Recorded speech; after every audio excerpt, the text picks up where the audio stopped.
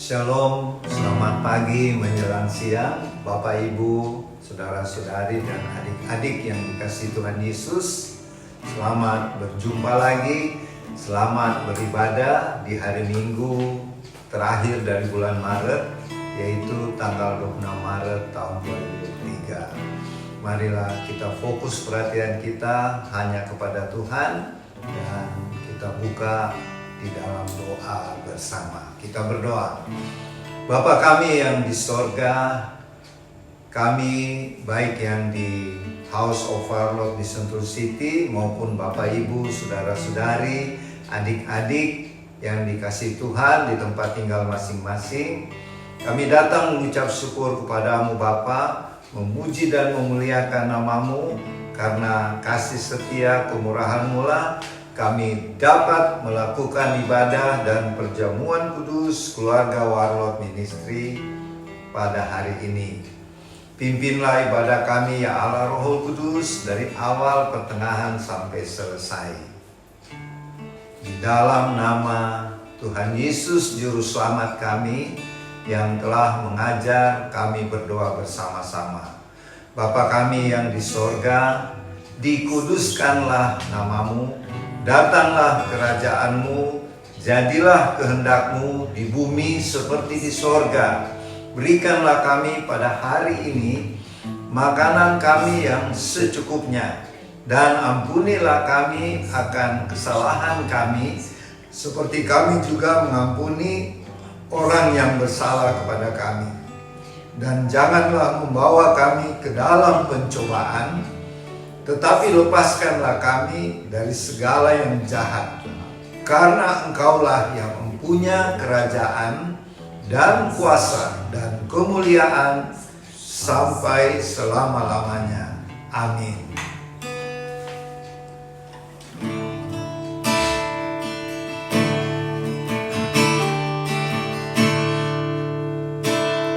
Bila Roh-Mu bekerja, tak ada yang mampu, tak ada yang mampu menahannya.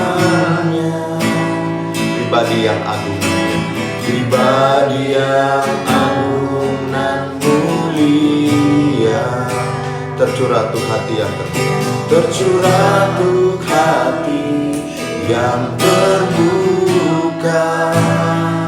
Bila Roh-Mu berkarya, bila Roh-Mu berkarya, hati yang keras dilembutkan, hati yang keras dilembutkan. Tak ada yang mampu, tak ada yang mampu hentikan kuasa-Mu, kuasa-Mu bekerja. Sekali lagi, bila Roh-Mu bekerja, bila Roh-Mu bekerja, tak ada yang mampu menahan, tak ada yang mampu menahannya. Pribadi yang agung dan mulia, pribadi yang agung dan mulia, tercurah tuh hati yang terbuka. Bila Roh-Mu berkarya, bila Roh-Mu berkarya, hati yang keras dilembutkan, hati yang keras dilembutkan. Tak ada yang mampu hentikan, tak ada yang mampu hentikan. Kuasa-Mu, kuasa-Mu bekerja. Inilah waktumu, ini waktumu Roh Kudus. Penuhi setiap hati yang haus, setiap hati yang haus akan kulakukan perkara yang mustahil, kulakukan perkara yang mustahil.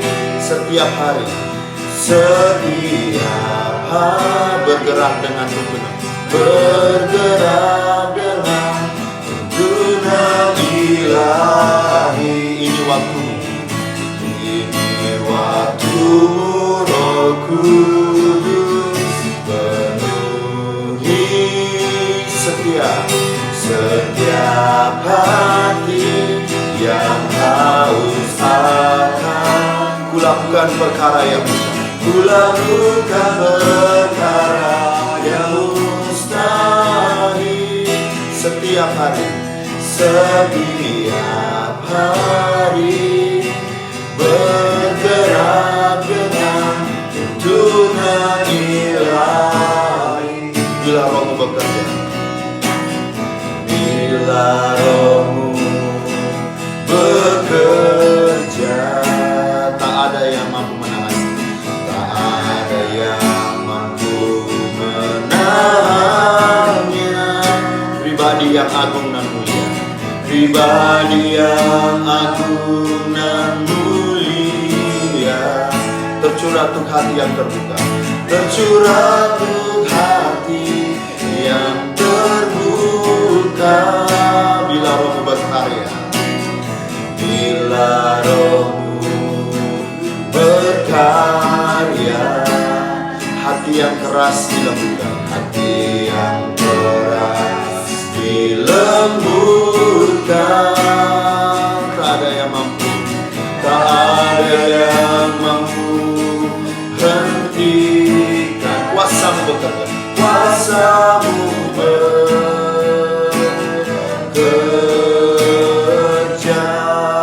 Ini waktumu, ini waktumu, Roh Kudus, penuhi setiap hati yang haus akan-Mu. Kulakukan perkara yang mustahil. Setiap hari bergerak dengan tuntunan ilahi. Ini waktumu, ini waktumu, Roh Kudus, penuhi setiap hati yang haus akan. Kulakukan perkara yang mustahil. Setiap hari bergerak dengan tuntunan ilahi. Sekali lagi, inilah waktumu, ini waktumu, Roh Kudus, penuhi setiap hati yang haus akan. Kami lakukan perkara yang mustahil, perkara yang mustahil. Setiap hari bergerak dengan tuntunan ilahi. Sekali lagi, inilah waktumu, Roh Kudus, ini waktumu, Roh Kudus, penuhi setiap hati yang haus akan. Kulakukan perkara yang mustahil. Setiap hari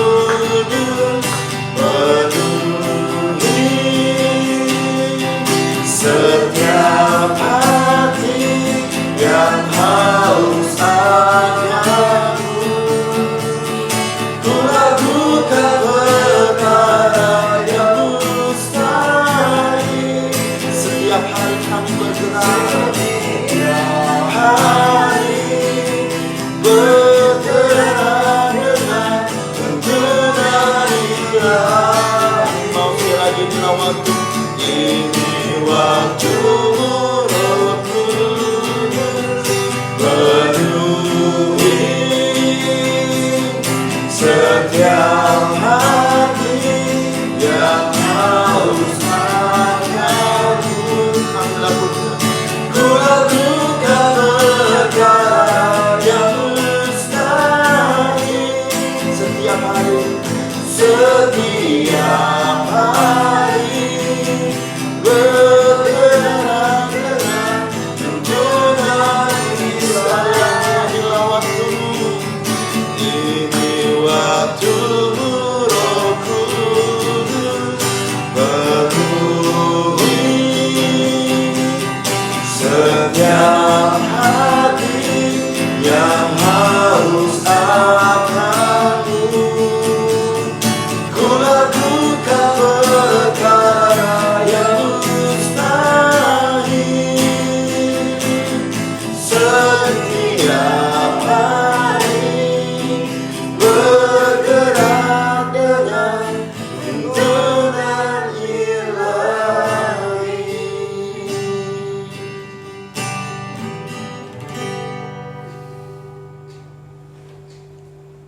Bapak, Ibu, saudara-saudari, dan adik-adik yang dikasihi Tuhan, kini saatnya kita mendengarkan pemberitaan firman Tuhan yang terambil dari kitab Wahyu pasal 17 ayat 1 sampai 18. Kita sediakan pembacaan dari kitab Wahyu pasal 17 ayat 1 sampai dengan 18. Kita berdoa, mohon pimpinan Allah Roh Kudus. Kita berdoa. Ya Bapa Surgawi, terima kasih Tuhan buat kesempatan yang berharga dan indah saat ini untuk kami mendengarkan sabda firman-Mu yang menjadi kekuatan, pedoman buat kami. Mari Roh Kudus pimpinlah mulut perkataan hamba-Mu ini agar sesuai dengan kehendak dan rencana-Mu Tuhan. Dan jadikanlah kami semua, hati kami seperti tanah yang subur, menerima benih yang kekal, yaitu firman-Mu, sehingga akan bertumbuh, berakar kuat, dan menghasilkan buah-buah untuk kemuliaan nama Tuhan Yesus. Berfirmanlah ya Tuhan, kami bersedia mendengarkan dan melakukannya. Di dalam nama Tuhan Yesus. Amin.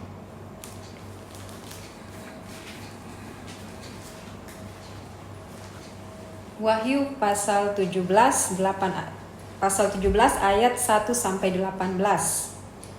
Lalu datanglah seorang dari ketujuh malaikat yang membawa ketujuh cawan itu dan berkata kepadaku, "Mari ke sini, aku akan menunjukkan kepadamu putusan atas pelacur besar yang duduk di tempat yang banyak airnya. Dengan dia, raja-raja di bumi telah berbuat cabul, dan penghuni-penghuni bumi telah mabuk oleh anggur percabulannya. Dalam roh aku dibawanya ke padang gurun, dan aku melihat seorang perempuan duduk di atas seekor binatang yang merah ungu, yang penuh tertulis dengan nama-nama hujat. Binatang itu mempunyai 7 kepala dan 10 tanduk. Dan perempuan itu memakai kain ungu dan kain kirmisi yang dihiasi dengan emas, permata, dan mutiara, dan di tangannya ada suatu cawan emas penuh dengan segala kekejian dan kenajisan percabulannya. Dan pada dahinya tertulis suatu nama, suatu rahasia, Babel besar, ibu dari wanita-wanita pelacur dan dari kekejian bumi. Dan aku melihat perempuan itu mabuk oleh darah orang-orang kudus dan darah saksi-saksi Yesus. Dan ketika aku melihatnya, aku sangat heran. Lalu kata malaikat itu kepadaku, "Mengapa engkau heran? Aku akan mengatakan kepadamu rahasia perempuan itu dan rahasia binatang yang memikulnya, binatang yang berkepala 7 dan bertanduk 10 itu. Adapun binatang yang telah kau lihat itu telah ada, namun tidak ada, ia akan muncul dari jurang maut dan ia menuju kepada kebinasaan.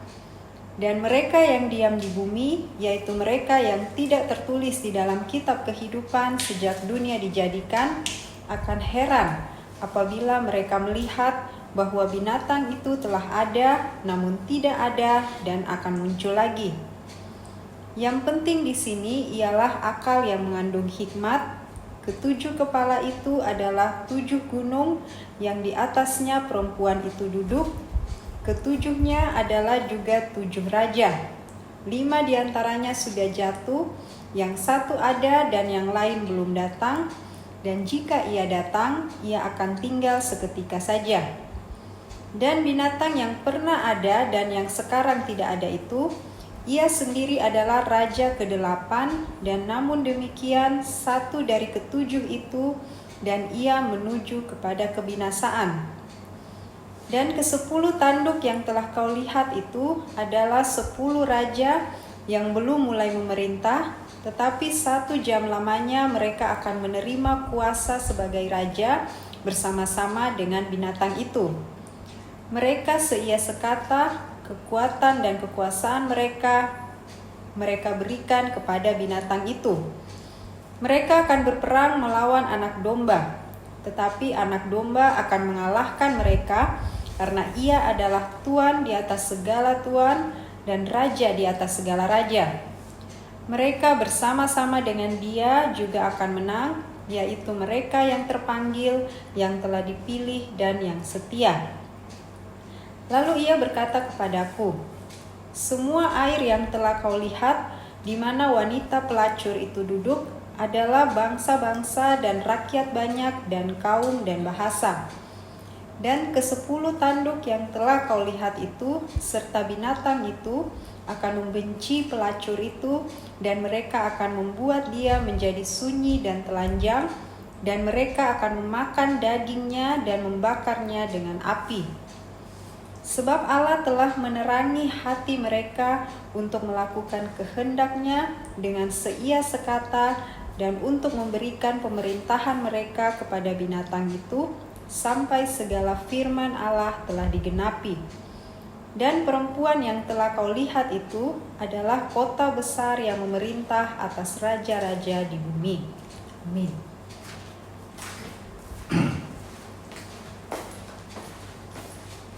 Bapak, Ibu, saudara-saudari, dan adik-adik yang dikasihi Tuhan, pembacaan firman Tuhan ini banyak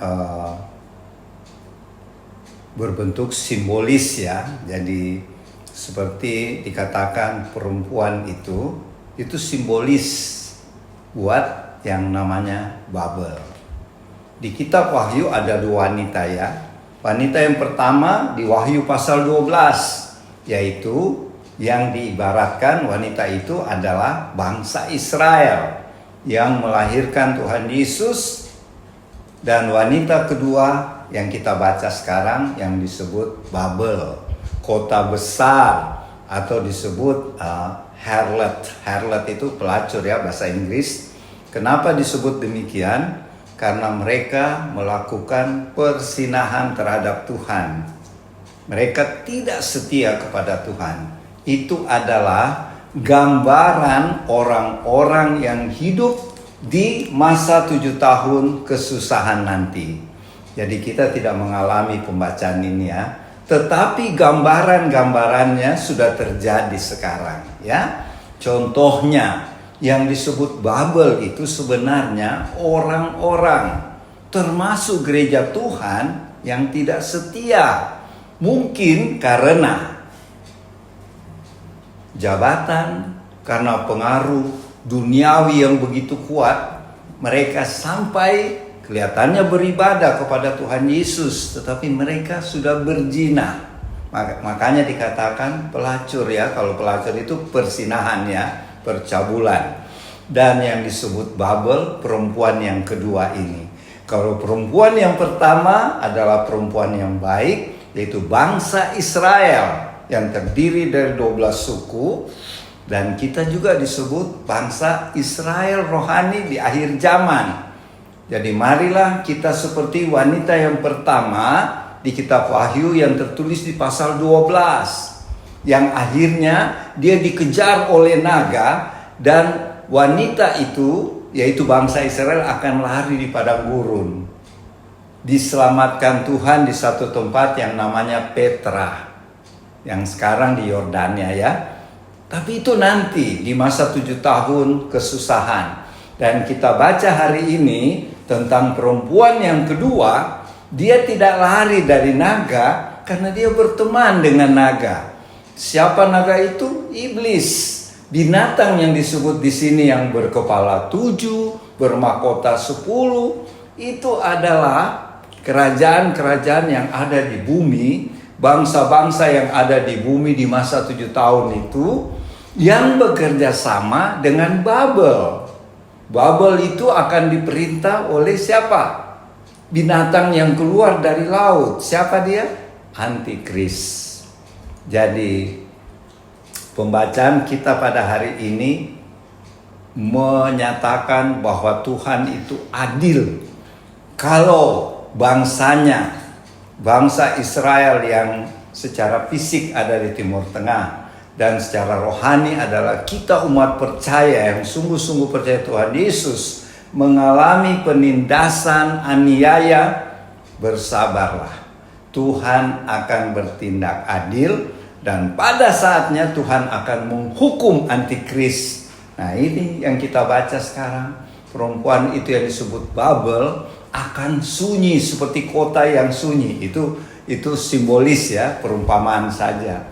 Dan si Babel ini, atau Babel itu sebenarnya gambaran agama yang dikuasai oleh antikris, pemerintahan, politik, ekonomi yang dikuasai antikris.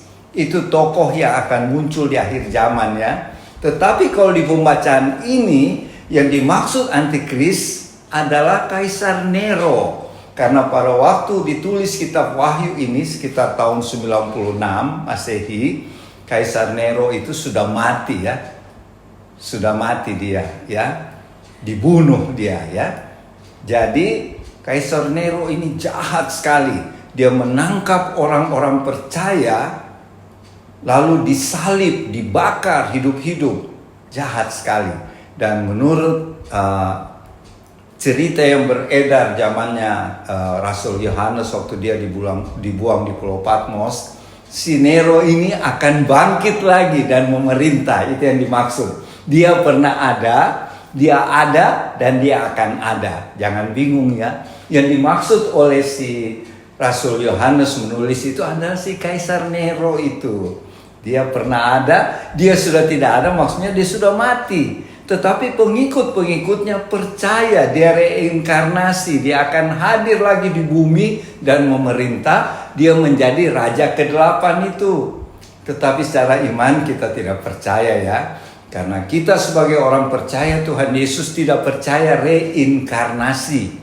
Kita percaya inkarnasi, yaitu Tuhan yang adalah roh menjadi manusia. Itu namanya inkarnasi.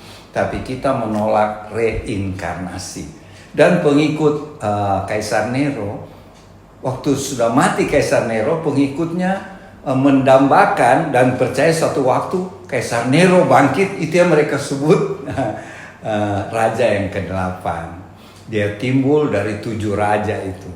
7 raja itu, 5 sudah tidak ada, ke-6 ada, ke-7 sedang memerintah. Jadi maksudnya 5 kerajaan itu, yang pertama kerajaan Mesir yang terkenal dengan Raja Firaun. Yang kedua Raja Asyur yang terkenal dengan rajanya Salmanaser dan Tiglit-Pileser. Yang ketiga Babilonia yang terkenal rajanya siapa? Nebukadnezar. Dan yang keempat kerajaan Media Persia yang rajanya terkenal bernama Xerxes ya, atau apa dia? Xerxes lah yang saya tahu ya. Dan yang kelima adalah kerajaan Yunani rajanya yang terkenal ialah Alexander Agung. Dan yang keenam, kerajaan Romawi. Dan ketujuh, yaitu nanti adalah Antikris ya. Itu jadi dia akan muncul dari 7 kerajaan ini di akhir zaman. Tetapi contoh-contoh Antikris banyak. Seperti Kaisar Nero sendiri, Kaisar Domitianus, Hitler, dan lain-lain. Itu adalah contoh-contoh Antikris. Kenapa disebut Antikris? Karena orang-orang itu, tokoh-tokoh itu, orang-orang itu adalah anti terhadap semua yang percaya kepada Tuhan Yesus Kristus. Makanya mereka disebut Antikris. Dan di pembacaan kita tadi, satu saat kerajaan-kerajaan itu, yaitu binatang ya, digambarkan sebagai binatang yang ditunggangi oleh pelacur itu, yaitu yang disebut Babel. Binatang itu akan berbalik melawan dia dan memakan dia dan membakar dia.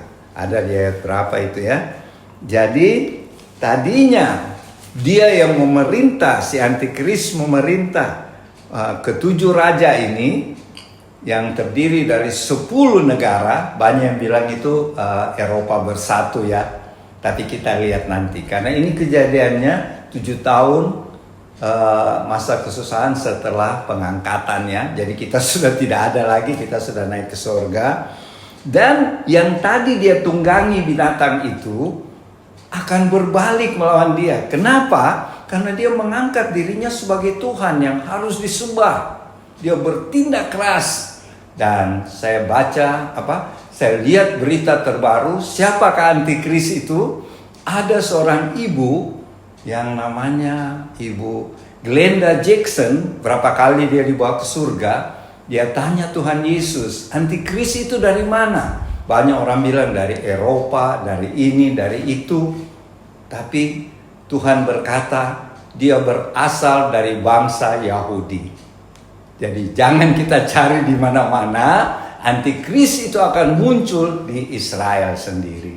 Kenapa dia disebut Antikris? Karena dia mengkopi semua tentang Tuhan Yesus. Bahkan mungkin dia dari suku Yehuda. Ya, itu yang didapat oleh Ibu Evangelis Glenda Jackson. Boleh lihat di YouTube-nya. Dia berapa kali bertanya sama Tuhan dan dia dibawa ke surga. Dia tanya, Tuhan Yesus, siapa itu Antikris nanti? Dia akan berasal dari Israel. Bahkan mungkin dari suku Yehuda. Karena dia mau kopi Tuhan Yesus ya. Tuhan Yesus kan dari suku Yehuda. Ya, keturunan Daud. Jadi kemungkinan sama. Jadi mari Bapak Ibu kita berhati-hati, berjaga-jaga dan berdoa. Supaya kita mengalami pengangkatan. Tidak mengalami masa 7 tahun sengsara itu. Dan di akhir cerita, Babel itu akan hancur, seperti kota akan jadi sunyi karena Tuhan yang berkuasa, Tuhan Yesus ya. Itu saja yang bisa saya sampaikan. Semoga ini bisa bermanfaat buat kita semua. Nanti Oma Palar akan lebih menyempurnakannya. Selamat siang Bapak Ibu, saudara-saudari di rumah, teman-teman tim Barlot. Kita jumpa lagi pada siang ini. Saya menambahkan apa yang tadi Opa katakan, sudah sharing, saya tidak mengupasnya lagi. Itu adalah suatu nubuat Tuhan bagi kita anak-anaknya, bagi kita umatnya yang percaya padanya. Dikatakan umatnya, karena ada yang bukan umatnya. Kita sebagai umatnya harus mengerti apa yang dikatakan tadi. Sejak kita sudah lakukan penelitian, kita mengartikan apa arti Wahyu dari pasal 1 sampai sekarang, sudah tiba pada pasal 17 yang tadi dikatakan Opa, ayat 1 sampai 18. Wahyu ini mengatakan nubuat-nubuat yang akan terjadi di akhir zaman. Sekali lagi saya tidak mengupasnya, tapi saya coba bawa pengertian sebagai anak-anak Tuhan. Kita sedikit sulit, saya selalu ulang kembali, kita sulit untuk mengerti ini kalau kita tidak mengerti akan firman Tuhan, mengerti kisah Alkitab yang menjadi standar kehidupan kita. Ya. Di sini Tuhan menyatakan apa yang terjadi di akhir zaman. Saya bawa ini apa yang Tuhan sudah berikan untuk kita belajar, kita mengetahui bagaimana dunia ini akan berakhir. Tapi yang menggelitik hati kita, kadang-kadang umat Tuhan mengatakan itu terlalu sulit karena kita tidak mengerti pribadi Tuhan. Sampai kita katakan kita tidak mengerti hidup kita. Ya. Apa yang sebenarnya Tuhan mau hidup saya? Misteri bagi saya. Untuk apa sebenarnya tujuan hidup saya? Tuhan mau jadikan apa saya? Kalau kita membaca firman hari ini, kita harus berpikir bahwa dunia pun berakhir. Tuhan memberitahu pada kita yang mau percaya, yang dikatakan umatnya, anak-anaknya. Dia memberitahu apalagi hidup kita, hidup di dalam Tuhan. Kita bisa mengerti hidup kita kalau kita di dalam Tuhan. Ya. Harus tetap dikatakan apalagi akhir zaman ini kita intim dengan Tuhan. Kita tahu jalan hidup kita. Tuhan tidak pernah sembunyi. Sekali lagi saya katakan tidak ada misteri bagi Tuhan untuk kita. Untuk kita tidak ada misteri. Tuhan itu bagaimana? Tuhan itu apa sih maunya? Sedangkan akhir zaman saja dia beritahu. Sekarang kita berpikir anak-anaknya, apakah tidak dia beritahu? Cuma salah satu saja jalan, salah satu saja yang kita harus pikirkan. Apakah kita mempelajari kehidupan Tuhan? Kita berasal dari sana. Kita ada di dunia ini karena Dia juga yang menciptakan kita. Dia juga punya rencana sampai kita ada di dunia ini. Tapi kita banyak tidak menyadari. Bahkan kita mengatakan, Tuhan apa sebenarnya? Kenapa saya begini? Tujuan hidup saya apa Tuhan? Bapak, Ibu, saudara-saudari di rumah, teman-teman, tim Warlot. Akhir zaman pun Tuhan beritahu apalagi kita. Mari kita perbaiki hidup kita di hadapan Tuhan. Kita mengerti Dia. Kita mencari Dia lebih utama. Kenapa? Waktu kita mencari Dia, kita lebih intim dengan Dia. Sebagai pencipta kita, sebagai pengharapan satu-satunya ke tempat kita bergantung, maka semua akan berdampak di jasmani kita. Banyak sekali lagi saya katakan, banyak orang mencari jasmani, mencari pekerjaan siang malam hanya untuk mencari kehidupan. Tetapi sebagai anak-anak Tuhan, saya sedikit menghimbau, kita cari Tuhan dulu. Dia akan memberitahukan semua apa yang kita perlukan di dalam hidup kita. Apa rencananya Tuhan dalam hidup kita. Maka itu akan berdampak di fisik. Jadi firman malam ini, siang ini mengatakan bahwa apa yang Tuhan rencanakan akhir dunia. Tadi Opa katakan, sedangkan bangsa-bangsa, ya, bangsa-bangsa pun Tuhan punya rencana di situ. Tuhan buka semua.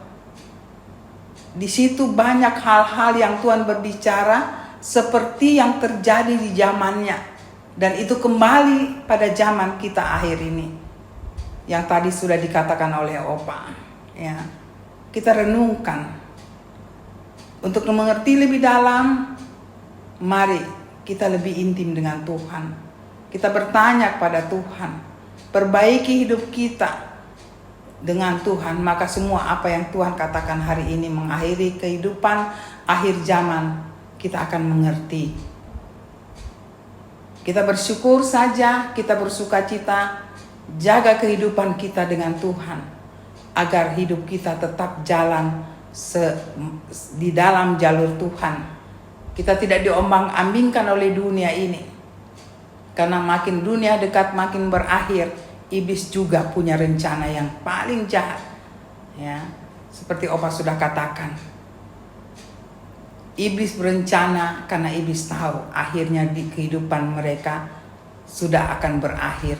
Jadi iblis mencari pengikut-pengikutnya, terutama anak-anak Tuhan. Sebagai anak-anak Tuhan, pengikut Tuhan, jagalah kehidupan kita dengan membungkus, minta Roh Kudus membungkus kita selalu dengan kuasa darah Tuhan Yesus, dan selalu minta kepekaan dengan Roh Kudus agar hidup kita lebih dekat dengan Tuhan. Kita tahu kehidupan kita tahu tanda-tanda bahwa akhir zaman akan berakhir seperti yang Opa katakan, yang dikuasai oleh iblis, antikris dan seterusnya. Mereka berjuang untuk mendapatkan kita, untuk membawa kita menjadi pengikut. Tapi karena kita dekat dengan Tuhan, semua Tuhan akan lindungi kita, terutama dengan kuasa darah Tuhan Yesus yang sebentar lagi, beberapa hari mendatang kita memperingati akan kehidupan Tuhan yang akan berakhir. Dia membawa dirinya di kayu salib untuk kemenangan, hasilnya untuk kemenangan bagi kita semua. Maka hidup kita akan penuh berarti bagi Tuhan, menyenangkan hati Tuhan, dan juga membawa jiwa-jiwa bagi Tuhan. Ini saja yang saya bisa bawa, tidak banyak, karena mengupasnya itu sungguh luar biasa. Tidak terlalu sulit, tapi malah menggelitik hati kita. Mari kita tetap hidup di dalam naungan pimpinan Tuhan.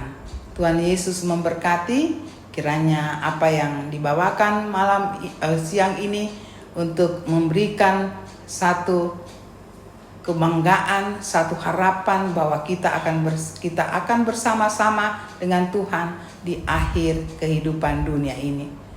Tuhan memberkati. Sampai kita berjumpa di minggu depan. Maranatha. Amin. Bapak Ibu, saudara-saudari dan adik-adik yang dikasihi Tuhan, setelah kita mendengarkan tadi pemberitaan firman Tuhan tentang Tuhan menghukum Babel, marilah kita berjaga-jaga terus dan berdoa menantikan kedatangan Tuhan Yesus yang kedua kali, sehingga kita semua mengalami pengangkatan. Untuk itu, mari kita berdoa untuk melakukan perjamuan kudus. Siapkan hosti, anggur, roti atau sirup atau teh. Mari kita berdoa. Bapa Sorgawi, terima kasih buat firman-Mu yang sudah disampaikan tadi. Jadikanlah kami pelaku-pelaku firman-Mu, sehingga menghadapi keadaan dunia saat ini, kami tetap teguh beriman kepadamu. Dan sekarang Tuhan, kami mau melakukan perintah-Mu, yaitu perjamuan kudus. Ampunilah sekali lagi Tuhan dosa dan salah kami. Kami juga mau mengampuni sesama kami. Sucikanlah kami dengan kuasa darah-Mu, supaya kami layak untuk menerima tubuh dan darah-Mu lewat perjamuan kudus di siang hari ini. Di dalam nama Tuhan Yesus. Amin.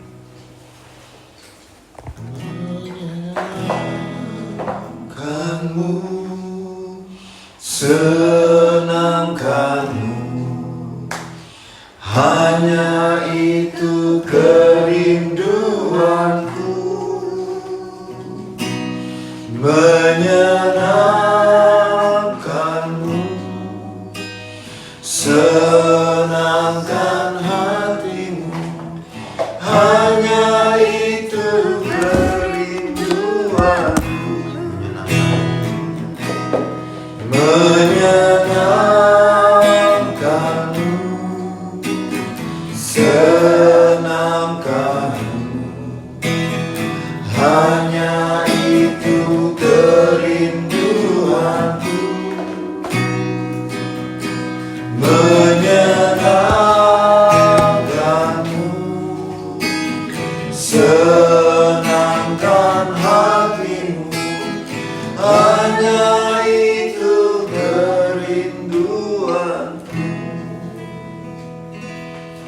Oke, kalau kita sudah terima hosti dan anggur atau roti dan sirup teh, dan di hosti ada firman Tuhan, mari kita baca bersama-sama, baik yang di rumah maupun kami yang ada di House of Warlord Sentul City. Dan firman yang tertera adalah pesan buat kita semua, khususnya keluarga Warlord Ministry. Lukas 6 ayat 38b. Sebab ukuran yang kamu pakai untuk mengukur akan diukurkan kepadamu. 1 Korintus 15 ayat 33. Janganlah kamu sesat. Pergaulan yang buruk merusakkan kebiasaan yang baik. Sama aja. Oh, Jadi 2 kali. jadi itu yang jadi tekanannya pergaulan. Terus Amsal 10 ayat 19, di dalam banyak bicara pasti ada pelanggaran, tetapi siapa yang menahan bibirnya berakal budi. Jadi intinya di sini, mari kita sungguh-sungguh fokus hanya kepada Tuhan Yesus dan firman-Nya, dan dipimpin oleh Roh Kudus, sehingga kita tidak perlu yang menjadi tekanan. Itu diulang apa tadi? Janganlah kamu sesat. Jangan Pergaulan yang kita buruk merusak kebiasaan. sampai salah bergaul, nanti seperti kerajaan Babel ya, mereka dipengaruhi hal-hal yang sesat. Kita hindari itu dengan tetap setia melakukan firman Tuhan. Oke, kalau sudah menghayati pesan Tuhan itu, mari kita lakukan perjamuan kudus. Firman Tuhan dari Injil Lukas pasal 22 ayat 19 dan ayat 20. Kita angkat hosti yang adalah tubuh Tuhan Yesus. Firman Tuhan berkata, lalu Tuhan Yesus mengambil roti, mengucap syukur, memecah-mecahkannya dan memberikannya kepada murid-muridnya. Kata Tuhan Yesus, inilah tubuhku yang diserahkan bagi kamu. Perbuatlah ini menjadi peringatan akan aku. Kita ucapkan sama-sama, terima kasih Tuhan Yesus buat pengorbananmu sebagai anak domba Allah di atas kayu salib di Bukit Golgota, yang tidak lama lagi kami akan peringati dalam peristiwa Paskah Jumat Agung. Terima kasih Tuhan, kami terima tubuhmu di dalam nama Tuhan Yesus. Silakan makan dengan iman ya.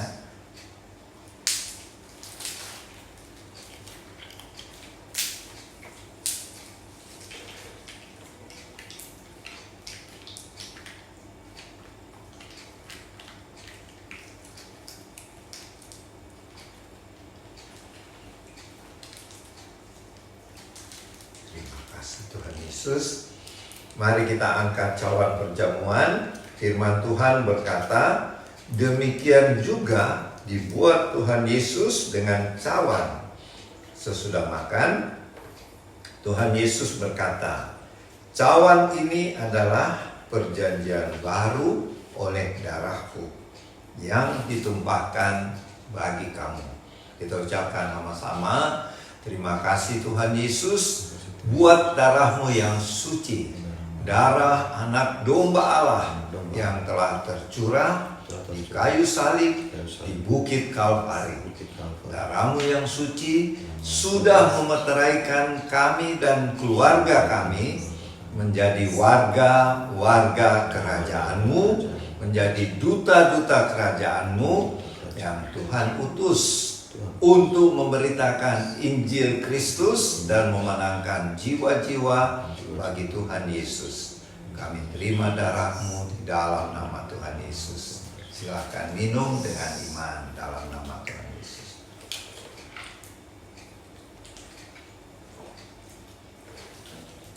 Sebagai ungkapan syukur kita, mari kita memuji Tuhan.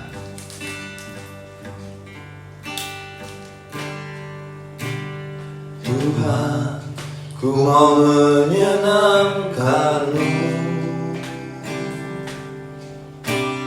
Tuhan, bentuklah hati ini jadi bejana untuk hormat-Mu, cemerlang bagai emas murni. Tuhan ku serahkan, Tuhan, ku serahkan hatiku, semua ku berikan padamu. kuduskan hingga tulus, Kuduskan hingga tulus selalu, agar kamu menyenangkan, agar aku menyenangkan-Mu, menyenangkan, menyenangkan-Mu, senangkan-Mu. Hanya itu kerinduanku, menyenangkan-Mu, senangkan hatimu. Hanya itu kerinduanku. Tuhan ku mau Tuhan, ku mau menyenangkan-Mu. bentuklah hati ini Bentuklah hati ini jadi bejana untuk hormat, jadi bejana untuk hormat-Mu, cemerlang bagai emas murni. kami serahkan hati, Tuhan, ku serahkan hatiku, semua kami berikan padamu, semua ku berikan padamu. kuduskan hingga tulus selalu, Kuduskan hingga tulus selalu, agar kami menyenangkan,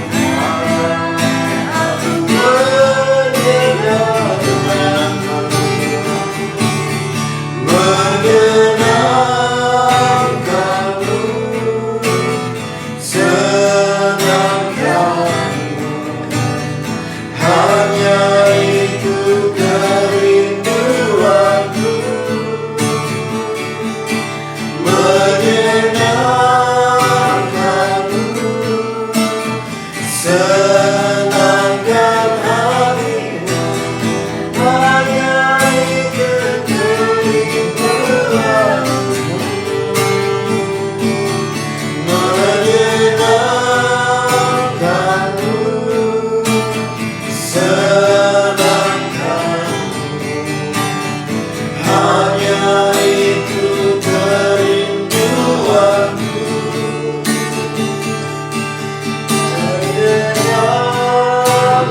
menyenangkan-Mu, senangkan hatimu. Hanya itu kerinduanku, menyenangkan, menyenangkan-Mu, senangkan-Mu. Hanya itu kerinduanku, menyenangkan-Mu, senangkan hatimu. Hanya itu kerinduanku, hanya itu kerinduanku, hanya itu kerinduanku.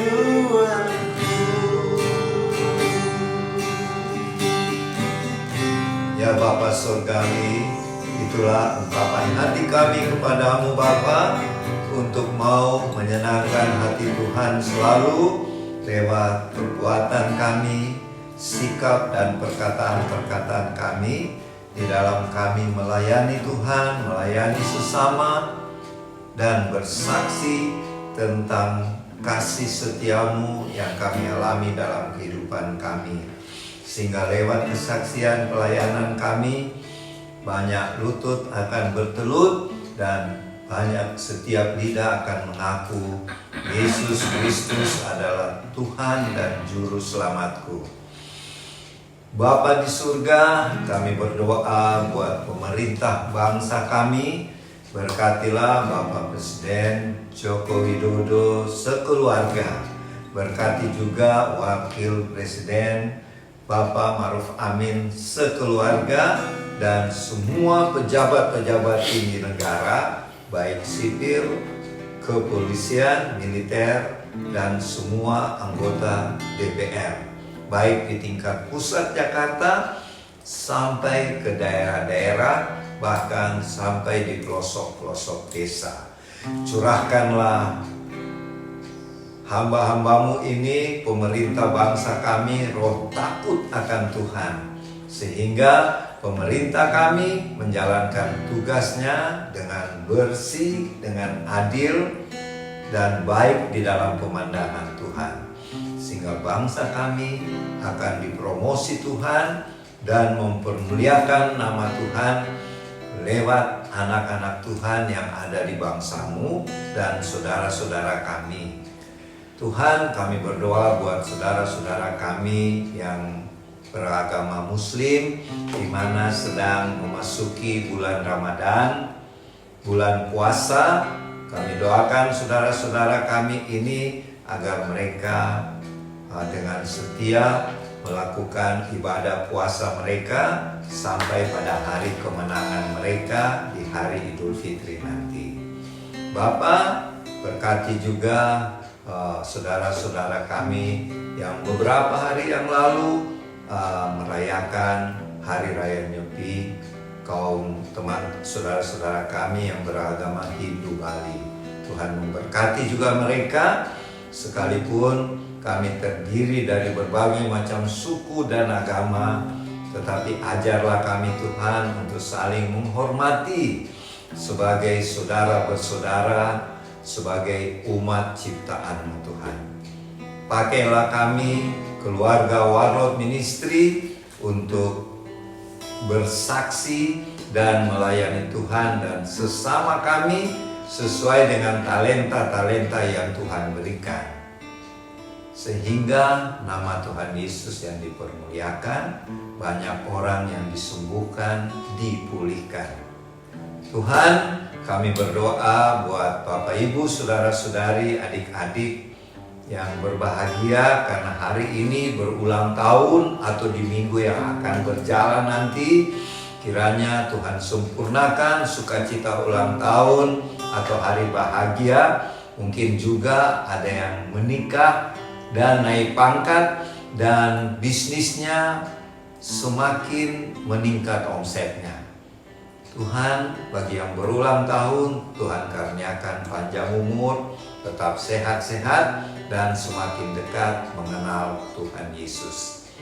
Tuhan, kami doakan juga bagi Bapak Ibu, saudara-saudari, adik-adik yang mengalami permasalahan, pergumulan hidup yang cukup berat. Kami percaya Roh Kudus akan memberikan jalan keluar yang terbaik.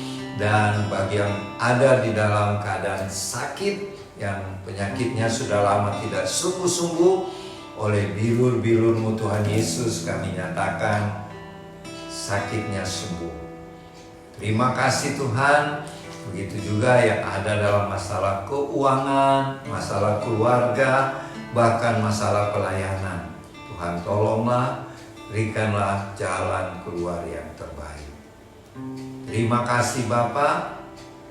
Kami berdoa juga keadaan bangsa-bangsa di Timur Tengah, khususnya bangsa pilihan-Mu, bangsa Israel, yang sedang dilanda oleh permasalahan-permasalahan, baik dengan orang-orang Palestina maupun dengan persekutuan bangsa Arab. Tuhan tolonglah agar ada perdamaian, sehingga keadaan menjelang kedatangan-Mu yang kedua kali, meskipun Tuhan sudah bernubuat akan terjadi perang antar bangsa, gempa bumi di mana-mana, bencana alam, kelaparan, bala sambat. Tetapi kami percaya Tuhan, umat-Mu termasuk kami ada di dalam tangan pemeliharaan, perlindungan Bapa Surgawi, Tuhan kami yang Maha Pengasih dan Penyayang. Terima kasih Tuhan, terima kasih. Ajarlah kami semuanya untuk tetap berjaga-jaga dan berdoa, supaya kami tidak termasuk dalam kategori Babel atau yang tersesat oleh karena pengaruh duniawi atau pengaruh dari ajaran-ajaran sesat. Ajarlah kami sungguh-sungguh dituntun oleh Roh Kudus dan selaras dengan firman. Terima kasih Bapa, terima kasih.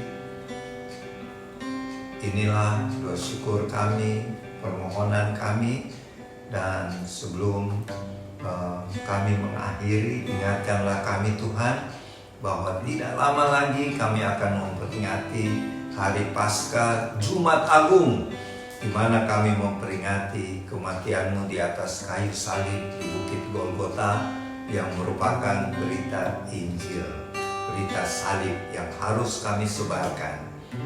Dan kini Tuhan, kami mau menerima berkat-berkat dari Tuhan.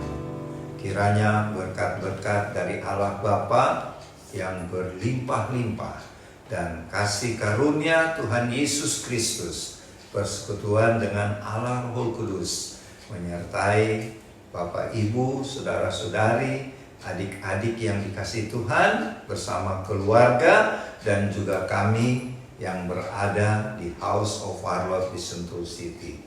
Mulai siang ini sampai Tuhan Yesus datang di awan-awan dalam peristiwa pengangkatan, dan kami semua mengalami pengangkatan, bahkan menyertai kita sekalian sampai selama-lamanya, di dalam nama Tuhan Yesus.